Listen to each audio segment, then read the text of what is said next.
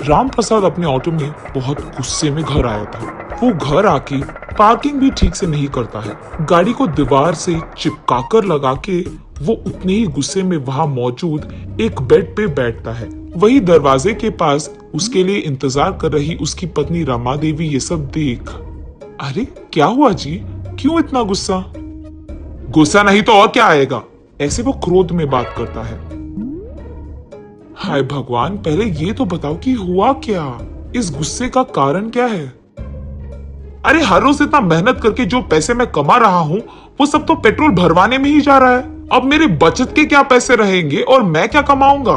अच्छा, तो बढ़ रहे पेट्रोल रेट्स पे है आपका गुस्सा? मैंने तो कुछ और ही सोच लिया था। अच्छा, तो तुम्हें मेरा वजह छोटा लग रहा है? अब आप अकेले तो नहीं हो ना जो इस मुश्किल से गुजर रहा है। देश के सारे लोग इसी मुश्किल से गुजर रहे हैं। तो क्या मैं गुस्सा नहीं कर सकता हूं इस बात पे?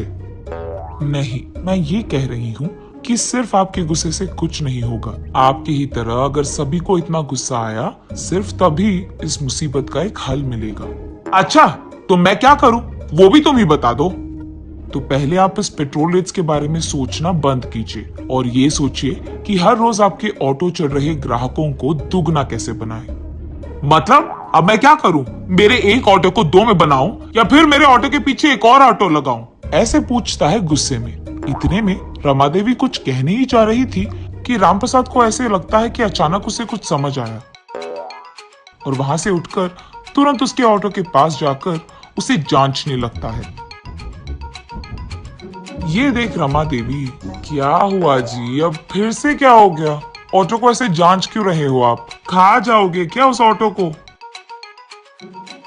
अरे नहीं, मैं ऑटो को नहीं खा रहा।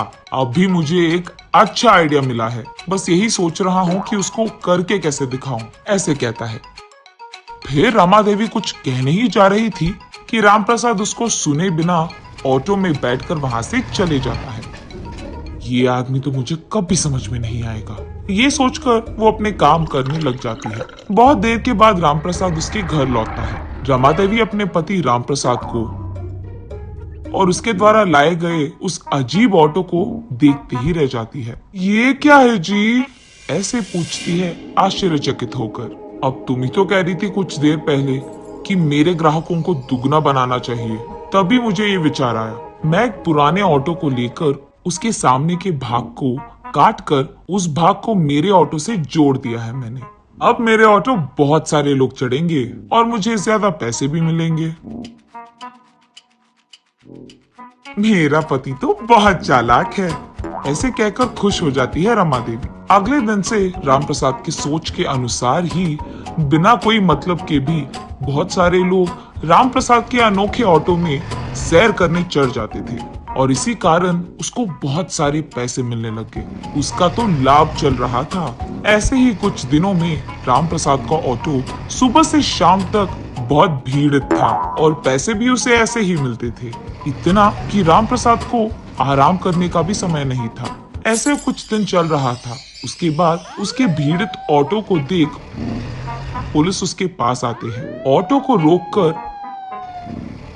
ये कहते हैं कि परमिशन के बिना ऐसे अनोखे ऑटो को चलाना कानून के खिलाफ है।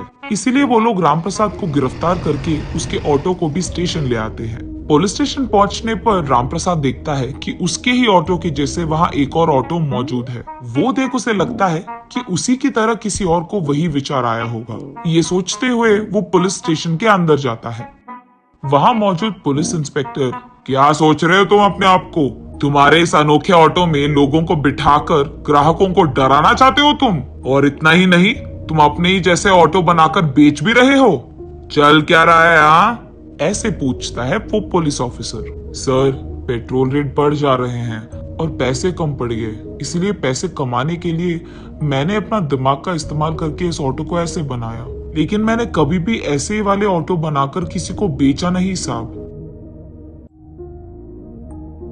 तब वो पुलिस ऑफिसर वहां मौजूद एक आदमी को देख, ये देखो, ये आदमी भी तुम्हारे जैसे एक ऑटो चला रहा है। जब मैंने पूछा उसने कहा कि तुमने ये ऑटो उसको बेची है, ऐसे कहता है। रामप्रसाद उस आदमी को देख ऑफिसर से ऐसे कहता है, साहब मैंने तो इस आदमी को कभी नहीं देखा है, ये तो पहली बार है इसको देखना। ये सुनकर वो पुलिस ऑफिसर उस आदमी की ओर गुस्से में देखता है और ऐसे कहता है, क्यों मुझसे ही खेल खेल रहे हो तुम? सच बताओ, ये ऑटो तुम्हें कैसे मिला? ऐसे उसे जोर से धमकाकर पूछता है। डर के मारे वो आदमी, साहब साहब साहब मुझे माफ कर दो साहब, उसका अनोखा ऑटो देख सारे ग्राहक सिर्फ उसी के ऑटो में चढ़ रहे हैं, और क्योंकि वो ज्यादा पैसे कमा रहा है मैंने भी अपने ऑटो को ऐसे बदल दिया साहब।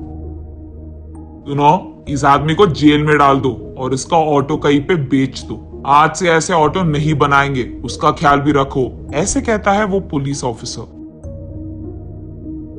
जी साहब, लेकिन साहब इस आदमी को और उसके ऑटो को क्या करें?